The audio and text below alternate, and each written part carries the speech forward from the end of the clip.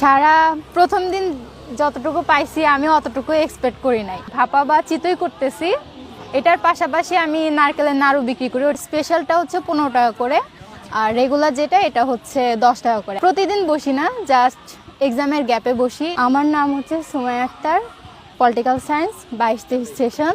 এখানে মূলত টিউশন পাওয়াটা আমার মনে হচ্ছে একটু টাফ। আর টিউশন করানো, আসা যাওয়ার ক্ষেত্রে দেখা যায় যে এত বেশি হ্যাসেল মনে হয়তো, তো মনে হয়েছে যে একটা কিছু করি। আর খাবার দাবার নিয়ে মোটামুটি ভালো কাজ পারি। এর আগে হচ্ছে ফ্রেন্ডদের বলেন বা অনেককেই খাওয়াইছি, খাওয়ানোর পর ওরা মোটামুটি আমার রান্নার প্রশংসাটা করছে।